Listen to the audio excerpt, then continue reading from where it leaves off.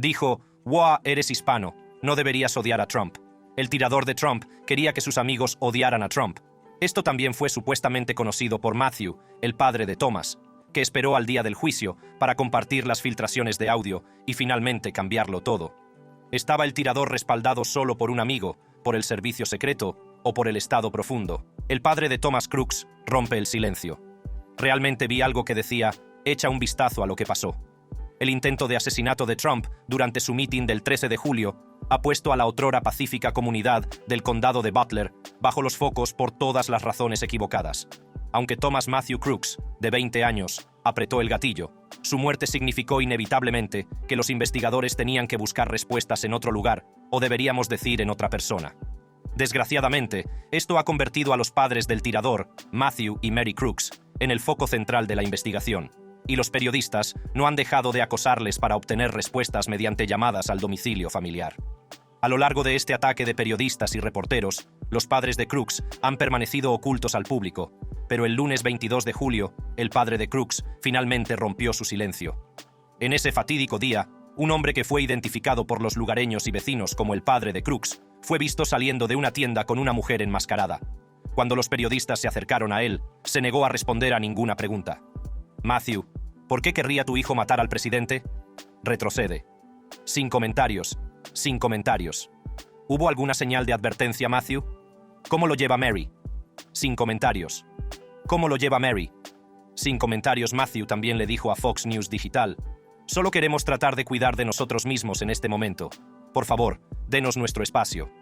A continuación, procedió a cargar algunos artículos en un vehículo antes de abandonar la zona. A pesar de la negativa de Matthew a hablar con los periodistas, la familia ha estado ayudando al FBI mientras la agencia trata de reconstruir un motivo para el casi asesinato. Los investigadores incluso pasaron la última semana de julio visitando y registrando la casa de la familia Crooks en su barrio suburbano de Pittsburgh para reunir pruebas y también interrogar a los miembros de la familia. Sin embargo, varias preguntas siguen sin respuesta tras el tiroteo.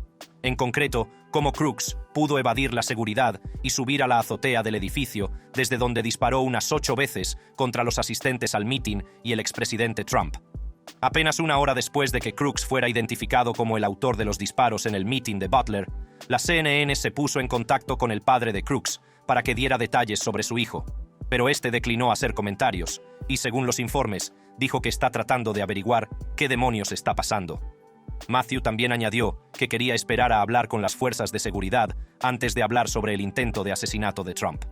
Al iniciarse la investigación sobre el tiroteo, aparecieron informaciones en los medios de comunicación que afirmaban que los padres de Crooks, Matthew y Mary, habían llamado a la policía horas antes de que se produjera el tiroteo porque estaban preocupados por él. La llamada es una de las señales de alarma que han salido a la luz en los días posteriores al tiroteo y que ponen de manifiesto la flagrante incompetencia de las fuerzas del orden, concretamente, la gestión de la seguridad de Trump durante el mitin por parte del servicio secreto. Según varios medios de comunicación, Matthew llamó a la policía porque estaba preocupado por su hijo y su paradero. Aún no está claro el momento exacto en que se hizo la llamada, pero fue antes del tiroteo.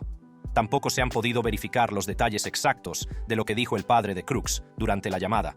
Aún así, Fox News informó de que los padres de Crooks dijeron a la policía que estaban preocupados por su hijo porque acababa de desaparecer sin previo aviso.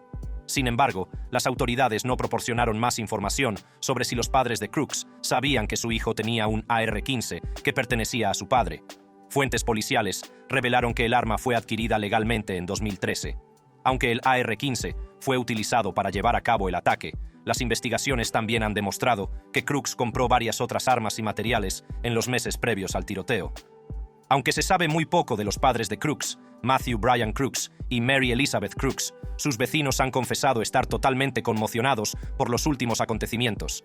Steve Riviere, un vecino de Bethel Park, dice: «Creo que todo el mundo está conmocionado y sorprendido. Tal vez no tan sorprendido como deberíamos estar, pero conmocionados de que este tipo de cosas hayan sucedido, y todos esperamos que este sea el final de esto y lleguemos a una posición en la que la gente pueda tener un discurso regular y educado sobre sus problemas, en lugar de sacar un arma y subirse a un tejado». En medio de la increíble experiencia, los informes muestran que los Crooks son ambos consejeros profesionales con licencia a través de la Junta de Trabajo Social de Pensilvania. Según el Servicio de Verificación del Sistema de Licencias del Departamento de Estado de Pensilvania, Matthew y Mary tienen licencias activas que expirarán en febrero de 2025. Los registros también muestran que la pareja ha sido consejeros profesionales desde 2002. Aparte de su vida profesional, no hay mucha información sobre su vida personal y son conocidos en su vecindario por mantenerse al margen. Sin embargo, si echamos un vistazo a sus inclinaciones políticas, vemos que la madre de Crooks, Mary, está registrada como demócrata, mientras que su padre está registrado como libertario.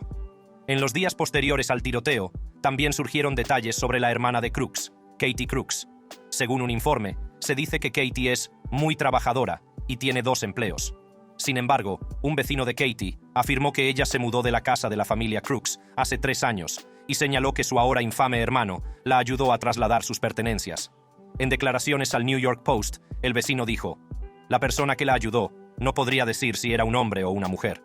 Un par de días después, le pregunté si era uno de sus hermanos y me dijo que era su hermano. El que disparó a Trump era muy flaco». La vecina también dijo que su padre, Matthew, estaba físicamente incapacitado para ayudar con la mudanza, pero condujo el camión de mudanzas mientras su hijo transportaba los objetos al nuevo apartamento. El vecino continuó proporcionando más información sobre Katie, detallando cómo era una buscavidas que trabajaba como camarera en un restaurante local, así como conserje en una escuela secundaria local. El vecino añadió: «Es muy simpática, es una buena chica, no podría decir nada malo de ella». En cuanto a su inclinación política, Katie está registrada como republicana, un hecho que arroja más dudas sobre la decisión de Crooks de llevar a cabo un ataque contra Trump por motivos políticos. La diversidad de opiniones políticas en su familia demuestra que sus padres eran, como mínimo, políticamente tolerantes y no habrían fomentado un ambiente que alentara la violencia política. Incluso los vecinos de Crooks se han apresurado a descartar las conversaciones sobre la existencia de un ángulo político en el ataque, diciendo que la familia nunca tuvo carteles de campaña de ningún tipo en su patio. Pero aunque los vecinos avalan que los padres de Crooks no son extremistas políticos cuyas opiniones pudieran haber empujado a su hijo a llevar a cabo el ataque, algunos siguen creyendo que podrían ser considerados responsables del mismo. Al fin y al cabo, la pistola que se utilizó pertenecía al padre de Crooks, y en la casa se guardaban muchos artículos que Crooks había comprado en los meses previos al ataque. Y las investigaciones sobre el tiroteo han revelado detalles aún más impactantes sobre el aspirante a asesino de Trump. Detalles impactantes sobre Thomas Crooks. Para quienes conocieron o trabajaron estrechamente con Thomas Crooks, ha sido bastante difícil tratar de asimilar lo ocurrido en el meeting de Butler de Trump. Por un lado, muchos de ellos conocían a Crooks como una persona amable y educada, que por lo general se mantenía al margen, más como un solitario. Quiero decir que era un solitario más, porque era tranquilo. Era callado, pero lo acosaban mucho, mucho. Antiguos compañeros de trabajo y de clase también dan fe de que Crooks era un solitario que prefería almorzar solo y rara vez hablaba con alguien. Por eso les sorprendió tanto cuando sintonizaron las noticias y se enteraron de que Crooks era el pistolero que había intentado asesinar al expresidente Trump. El candidato presidencial republicano sufrió una herida en la oreja, mientras que 3 espectadores resultaron heridos, uno de ellos mortalmente. Podemos ver al tipo ahí. Creo que le dieron.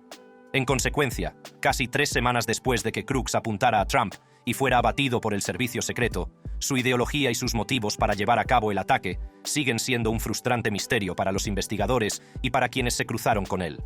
En decenas de entrevistas realizadas tras el tiroteo, antiguos compañeros de clase, profesores, compañeros de trabajo y vecinos han admitido que aún no podían trazar una línea divisoria entre el Crooks que conocían y el que se subió a una azotea para disparar claramente al expresidente. Ahí es donde estoy luchando. He visto fotos horribles de un individuo del que estuve a 15 centímetros, estrechándole la mano, llamándole en clase, dijo Xavier Harmon, que veía a Crooks casi a diario mientras daba clases de tecnología informática en una escuela técnica. Pero aunque las batallas de Crooks con sus demonios internos permanecieron ocultas a los que le rodeaban hasta el final, los investigadores han descubierto desde entonces pruebas que podrían considerarse indicios preocupantes. Tal vez, la revelación más inquietante del análisis del teléfono de Crooks es que su historial de búsquedas mostraba que había investigado al tirador escolar adolescente Ethan Crumbley, que mató a 4 estudiantes en el Instituto Oxford de Michigan. Así que tal vez su intenso odio por el expresidente era responsable de su pasión por matar. Curiosamente, hay similitudes evidentes entre el tiroteo de Michigan y el intento de asesinato de Trump, una de las cuales es el hecho de que ambos jóvenes utilizaron armas que pertenecían a sus padres. Además, se reveló que Crooks recibió varios paquetes que curiosamente estaban marcados como material peligroso en los meses previos al tiroteo. Mientras tanto, los investigadores encontraron más tarde otro teléfono móvil en su casa, donde descubrieron que había buscado trastorno depresivo mayor, un trastorno mental que también se le diagnosticó a Ethan Crumbley. Más importante aún, los investigadores pudieron establecer una obsesión con Donald Trump después de encontrar fotos del expresidente en el teléfono de Crooks. El joven de 20 años también buscó en una lista bipartidista de figuras políticas como Trump, el presidente Joe Biden y el fiscal general Merrick Garland. Crooks también buscó las fechas del meeting de Butler de Trump y de otras apariciones programadas, así como de la Convención Nacional Demócrata de Chicago. El FBI reveló estos hallazgos durante una audiencia de emergencia en el Congreso, que se celebró para investigar los fallos de seguridad que permitieron al tirador tener un tiro claro contra Trump. Así que, senador, por eso estoy aquí hoy. Estoy aquí hoy para proporcionar información y responder a esas preguntas, y estamos avanzando hacia la publicación más frecuente de información. A pesar de toda la información recopilada hasta el momento, los investigadores aún no han encontrado pruebas concretas que apunten a que Crooks tenga fuertes creencias políticas o una motivación ideológica. Sin embargo, el FBI reveló que está investigando el caso como un posible acto de terrorismo doméstico. Mientras tanto, los expertos que estudian las historias de los pistoleros han intentado pintar un cuadro más exacto de Crooks en referencia a sus motivos, destacando que era más un tirador escolar del siglo XXI que un John Wilkes Booth. James Densley, fundador del Proyecto Violencia, conocido por recopilar una exhaustiva base de datos de tiroteos masivos, declaró: "Cuando alguien ataca a un presidente, nuestro instinto nos dice, eso debe tener una motivación política. Lo que podríamos estar viendo aquí es, se trata de alguien decidido a perpetrar actos de violencia masiva y casualmente eligió un mitin político". El lugar del mitin elegido por Crooks para el ataque fue anunciado por la campaña de Trump a principios de julio. El lugar está a solo 1 hora en coche de la ciudad natal de Crooks, Bethel Park, un barrio suburbano de clase media predominantemente blanco, de unos 32.000 habitantes, donde Crooks pasó la mayor parte de su vida. Crooks nació en 2003 y era el hijo menor de una familia políticamente mixta. Estudió en el Instituto de Bethel Park en 2022, donde se graduó con matrícula de honor, antes de acudir a la universidad local, donde en mayo obtuvo el título de ingeniero. En cuanto a sus opiniones políticas, Crooks estaba registrado como republicano, pero los registros muestran que también donó $15 a una causa progresista el día de la toma de posesión de Biden en enero de 2021. De niño, Crooks se hizo amigo de otros niños del vecindario y un vecino incluso recordó cómo siempre caminaba por la cuadra para jugar en su patio trasero. El vecino añadió que el Crooks más joven era aficionado a llevar polos metidos dentro de pantalones cortos de carga, y era un niño empollón que tenía un interés particular en las matemáticas. Sin embargo, el vecino señaló que en los últimos años la familia Crooks se había vuelto más introvertida. Los vecinos dijeron que los padres de Crooks les saludaban desde el césped, pero nunca parecían dispuestos a entablar una conversación. Kelly Little, que vivía justo enfrente, afirmó que nunca había mantenido una conversación con la familia debido a su comportamiento retraído. Del mismo modo, su hijo Liam Campbell afirmó que viajaba en autobús con Crooks y se dio cuenta de que siempre era muy reservado. Dijo: "No hablaba con nadie y nadie le hablaba a él. Parecía el tipo de persona a la que no le gustaba entablar conversaciones con gente que no conocía. Parecía nervioso". Pero el comportamiento torpe de Crooks no era solo hacia sus vecinos. Una antigua compañera de Crooks, Sarah D'Angelo, corrobora las afirmaciones de Campbell durante una entrevista con Fox News Digital. Aunque D'Angelo subrayó que sus interacciones con Crooks fueron escasas, fue capaz de hacerse una idea de la personalidad, los intereses y la percepción de Crooks en la escuela. La estudiante de enfermería dijo: "Tenía un pequeño grupo de amigos. No era un solitario, pero no era el chico más popular de la clase". D'Angelo también compartió su opinión sobre la actual controversia en torno a la inclinación política de Crooks, señalando que Crooks nunca compartió su afiliación política en clase, a pesar de que el grupo compartió una clase de política americana en el instituto. "Tuvimos clase de política estadounidense. Era medio curso durante el último año, y nunca hizo pública ninguna de sus opiniones políticas". Sin embargo, en otra entrevista en vídeo también publicada por Fox News Digital, otro excompañero de clase de Crooks, Vincent Taormina, da una versión que contradice lo dicho por D'Angelo.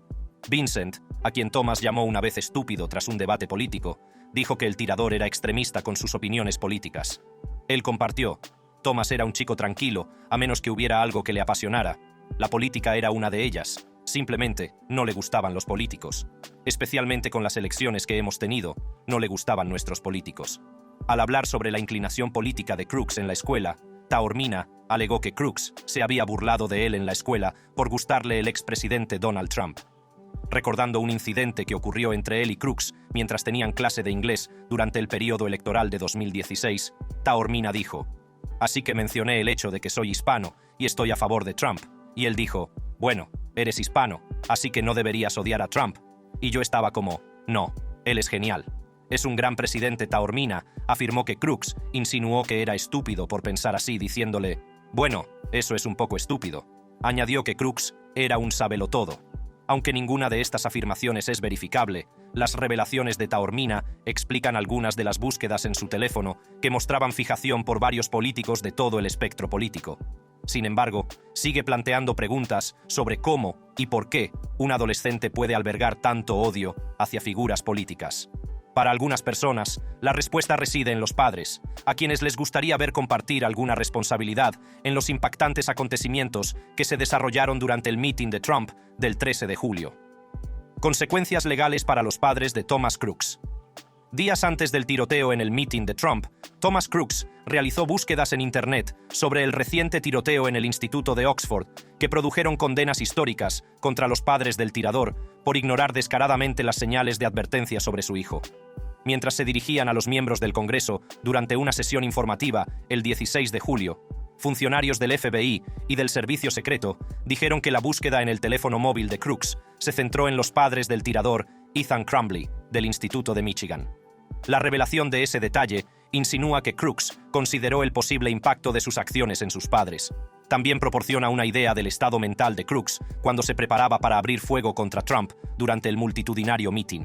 Y lo que es más importante, ha suscitado preguntas sobre si los padres de Crooks se enfrentarían a alguna consecuencia legal, dado el hecho de que los fiscales se inclinan cada vez más por el uso de nuevas teorías legales para responsabilizar a los propietarios de armas de las acciones de sus hijos. Tras los nuevos detalles aportados por los periodistas que interrogaron a Matthew Crooks, parece que los Crooks son conscientes de las consecuencias legales, puesto que ya cuentan con asesoramiento jurídico. Publicaremos un comunicado cuando nuestro asesor jurídico nos lo aconseje.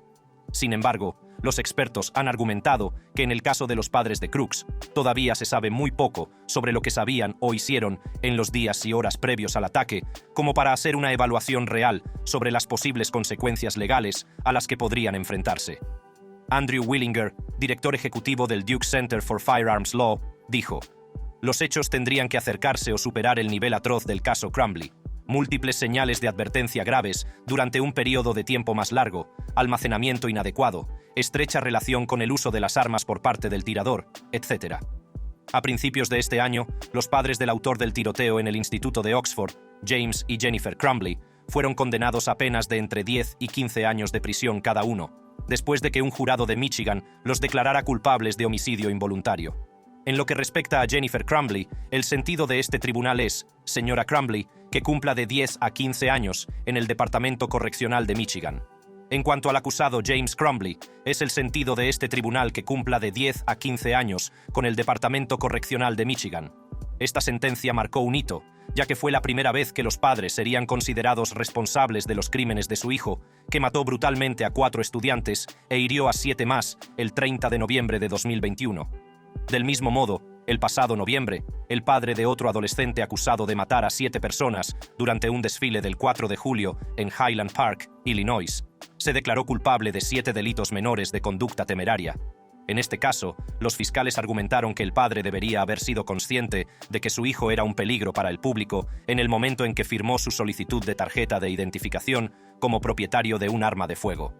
Curiosamente, los dos casos mencionados guardan ciertas similitudes con el tiroteo de Trump. Al igual que en el tiroteo de Michigan, el rifle AR-15 que Crooks utilizó en el ataque era propiedad de su padre. Además, una fuente policial dijo a CBS News que el padre de Crooks llamó a la policía antes del tiroteo preocupado por el paradero de su hijo, posiblemente insinuando que podría haber sabido que algo terrible podría suceder. Adam Garber, director ejecutivo de Ceasefire PA, una organización de prevención de la violencia armada de Pensilvania, explicó que los detalles de la llamada de Matthew Crooks a la policía pueden proporcionar una idea de lo que los padres de Crooks sabían y cuándo. La respuesta a esta pregunta determinaría entonces si se presentarían cargos contra ellos. Garber dijo: el fiscal tendrá que hacer dos preguntas clave. En primer lugar, ¿qué sabían los padres de las intenciones de su hijo y cuándo lo supieron? En segundo lugar, ¿cómo consiguió su hijo el arma de fuego y sabían a dónde la llevaba? Esas preguntas sobre la intención y el acceso son clave para evaluar su culpabilidad. Sin embargo, por ahora, tanto Willinger como Garber creen que es muy poco probable que Matthew y Mary Crooks sean considerados responsables de las acciones de su hijo. La base de su postura radica en el hecho de que Pensilvania no tiene una ley de almacenamiento seguro, un requisito que obliga a los propietarios de armas a asegurar las armas de fuego en los hogares con menores. Además, Crooks tenía más de 18 años cuando organizó el atentado contra Donald Trump. Pero al igual que en el caso del adolescente que mató a 7 personas durante el desfile del 4 de julio de 2023, es probable que los fiscales sigan argumentando que los padres de Crooks deberían haber sabido que era un peligro para la sociedad. Aparte de su obsesión por las armas y el descubrimiento de más de una docena de armas en la casa de Crooks, recientemente salió a la luz un informe que detalla cómo el tirador había amenazado con disparar en su escuela secundaria en 2019. Esta información fue proporcionada por el ex compañero de clase de Crooks, Vincent Taormina, durante una entrevista con Daily Mail. En la entrevista, Taormina alegó que Crooks envió una amenaza anónima sobre disparar contra su instituto, lo que obligó a varios estudiantes a faltar a clase ese día. Sin embargo, Taormina recordó cómo el incidente fue desestimado por la escuela sin tomar ninguna otra medida contra el futuro asesino. Taormina dijo a fuentes noticiosas: teníamos como este lugar anónimo donde podías publicar cosas o delatar a alguien en nuestras computadoras en la escuela, y él publicó algo como «no vengas a la escuela mañana», y algo más que hacía parecer que había puesto bombas en los baños de la cafetería. Taormina continuó: todos nos enviamos mensajes de texto y enseguida nos dimos cuenta de que eran Thomas y su grupo de amigos quienes habían hecho las amenazas de disparar contra el colegio. Las amenazas glosadas se han convertido ahora en un foco de la investigación del FBI sobre Crooks, especialmente teniendo en cuenta cómo ese plan se asemeja mucho al ataque que desató en el mitin de campaña de Trump. Más importante aún, si la historia puede ser verificada, puede servir como un argumento importante para los fiscales contra los padres de Crooks, porque es inconcebible pensar que alguien dejaría tanta evidencia de armas al alcance de alguien que había amenazado previamente con un tiroteo masivo. Además, el FBI ha revelado recientemente que Crooks empezó a comprar armas por Internet y a abastecerse de material para fabricar bombas hace más de un año. Esta revelación del FBI demostró que llevaba mucho tiempo planeando el atentado, lo que plantea interrogantes sobre cómo sus padres nunca se enteraron de nada. Aunque Crooks realizó las compras por Internet utilizando un nombre falso, recogió todos los productos químicos y el material para fabricar las armas en la casa que compartía con sus padres. Según el agente especial del FBI a cargo en Pittsburgh, Kevin Rojek, los padres de Crooks afirmaron que las compras no les hicieron saltar ninguna alarma, porque Crooks siempre había mostrado interés por la ciencia y los experimentos. Según Rojek, por ese motivo, no les preocupaba que estuviera enfocado a cometer un atentado de esta naturaleza o a hacer daño a otras personas. Los padres han dicho en sus entrevistas que no tenían conocimiento previo de nada de esto. Aunque Rojek parecía satisfecho con las explicaciones de los padres de Crooks y les dio crédito por cooperar con los investigadores, sigue existiendo la preocupación válida de que puedan ser declarados responsables si el fiscal del distrito decide procesarlos. Es posible que no tuvieran ni idea de lo que planeaba su hijo, pero lo que el tiroteo ha puesto de manifiesto es que nadie prestaba atención a Crooks, ni sus padres, ni el servicio secreto encargado de proteger al expresidente. Las consecuencias políticas del asesinato de Trump. Los criminales pueden haber planeado meticulosamente el intento de asesinato de Trump durante todo un año, según los hechos obtenidos hasta ahora de la investigación. Pero la facilidad con la que se llevó a cabo el ataque ha planteado interrogantes sobre el manejo de la situación por parte de las fuerzas del orden. Director Chittle debe responder ante el pueblo estadounidense si quiere seguir al mando. Es muy simple. Quiere conservar su puesto, ¿verdad? Tras el atentado, el presidente republicano del Comité de Supervisión y Rendición de Cuentas de la Cámara de Representantes emitió una citación para que la exdirectora del Servicio Secreto Kimberly Chittle comparezca ante el comité y responda a las preguntas sobre la grave incompetencia que permitió a Crooks subirse a un tejado y disparar contra Trump sin ninguna interferencia de las autoridades. Creo que le dieron, porque el tipo parece muerto. Las fuerzas de seguridad locales vieron inicialmente a Crooks paseándose por los alrededores del mitin, llevando una gran mochila y utilizando un telémetro para vigilar los tejados situados detrás del escenario, donde Trump se dirigió más tarde a la multitud. En ese momento, los agentes del servicio secreto identificaron a Crooks como persona de interés, y se difundió una imagen suya a través de los canales de comunicación de las fuerzas del orden. Esto ocurrió varios minutos antes de que Crooks abriera fuego contra Trump. Momentos después, testigos presenciales vieron a Crooks subiendo al tejado de un edificio industrial situado a unos 157 metros del escenario. Luego preparó su rifle AR y se tumbó en el tejado mientras los testigos intentaban frenéticamente llamar la atención de los agentes de policía sobre la posición de Crooks. Momentos después, Crooks empezó a disparar, provocando el caos entre los espectadores, que se agacharon para ponerse a cubierto, mientras los agentes del servicio secreto formaban un anillo de protección alrededor de Trump y lo sacaban del escenario. Después de que Crooks disparara unas 8 veces, un equipo de francotiradores situado en un tejado adyacente pudo finalmente abatirle. Pero el daño ya estaba hecho, y las evidentes deficiencias del servicio secreto quedaron documentadas en varios vídeos de espectadores del mitin. Cuando los vídeos se difundieron por Internet, los usuarios de las redes sociales empezaron a discutir sobre si el asesinato había sido organizado por la derecha o por la izquierda. Los mensajes caldearon aún más un ambiente político ya de por sí volátil, pues empezaron a surgir varias teorías conspirativas. Las cosas fueron de mal en peor cuando se supo que el servicio secreto había rechazado varias peticiones del bando de Trump para reforzar su seguridad en los años anteriores al tiroteo. En un principio, el servicio secreto negó haber rechazado tales peticiones, pero después de enfrentarse a serias reacciones en contra por parte del Congreso, la agencia de seguridad admitió más tarde que había rechazado algunas peticiones para aumentar la seguridad en torno a Donald Trump. Como era de esperar, esta revelación añadió una nueva dimensión a las teorías de la conspiración, con algunas personas sugiriendo que el intento de asesinato de Trump fue un trabajo desde dentro sancionado por el presidente Biden y llevado a cabo por algunos miembros del servicio secreto. Estas falsas afirmaciones circularon por las redes sociales y recibieron un impulso cuando algunos políticos republicanos se unieron a la narrativa. El representante Mike Collins compartió en su cuenta oficial, X, que Joe Biden envió las órdenes.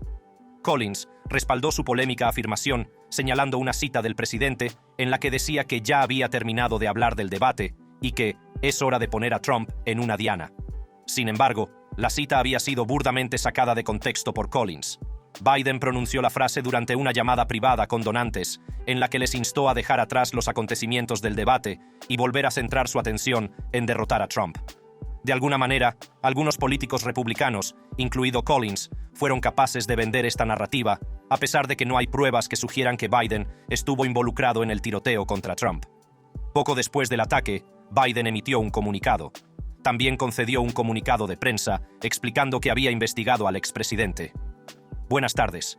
Anoche hablé con Donald Trump. Le agradezco sinceramente que se encuentre bien y recuperándose. Al día siguiente, ordenó una revisión independiente del intento de asesinato. Además, condenó la violencia. No hay lugar en Estados Unidos para este tipo de violencia. Es repugnante, es enfermizo. Es una de las razones por las que tenemos que unir a este país. No podemos permitir que esto ocurra. No podemos ser así. No podemos consentirlo. Sin embargo, Biden levantó ampollas cuando dio su apoyo a la exdirectora del Servicio Secreto Kimberly Chittle, que en ese momento se enfrentaba a varias peticiones de dimisión por parte de miembros bipartidistas del Congreso. Chittle acabaría cediendo a las peticiones de dimisión después de que los congresistas aprobaran un voto de censura contra ella porque no respondió a sus preguntas cuando compareció ante ellos el lunes 22 de julio. Asumo toda la responsabilidad por cualquier fallo de seguridad. Con la dimisión de Chittle, el foco de atención se trasladó al FBI para que diera las tan necesarias respuestas. Sin embargo, mientras testificaba ante el Comité Judicial de la Cámara de Representantes, el director del FBI, Christopher Wray, desató la polémica al poner en duda que Trump fuera alcanzado por una bala durante el intento de asesinato. Wray hizo esta afirmación al responder a una pregunta sobre si el FBI había contabilizado todas las balas en la escena del crimen. Wray dijo: "Con respecto al expresidente Trump, hay algunas dudas sobre si fue o no una bala o metralla lo que impactó en su oreja. Así que es concebible mientras estoy sentado aquí en este momento. No sé si esa bala, además de causar el roce, podría haber caído en otro lugar. Pero creo que hemos contabilizado todos los disparos de los cartuchos. Sin embargo, el presidente republicano de la Cámara de Representantes, Mike Johnson, destrozó el testimonio de Ray, afirmando que no le parecía creíble.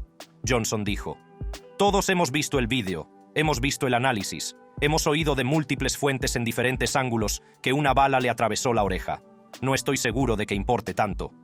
Johnson también criticó a Ray por no haber sido comunicativo con parte de la información que se esperaba. Concluyó el ataque a Ray cuestionando su liderazgo del FBI. Mientras tanto, el portavoz de la campaña de Trump, Stephen Chung, también arremetió contra Ray, diciendo que cualquiera que creyera el testimonio de Ray era o deficiente mental o intencionadamente vende falsedades por razones políticas. Mientras continúan las investigaciones sobre el tiroteo de Trump, el candidato presidencial republicano se ha desempolvado del ataque y actualmente está de vuelta en la campaña electoral.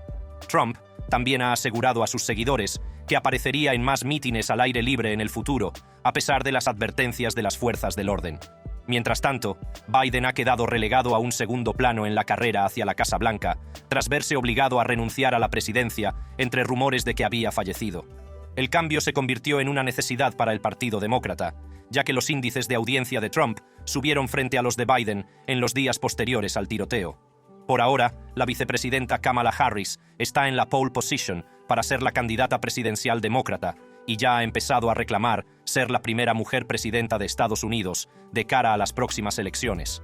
Para más información actualizada sobre el tirador de Trump, el destino de los padres de Crooks y la investigación en curso, haga clic en la tarjeta que aparece en pantalla.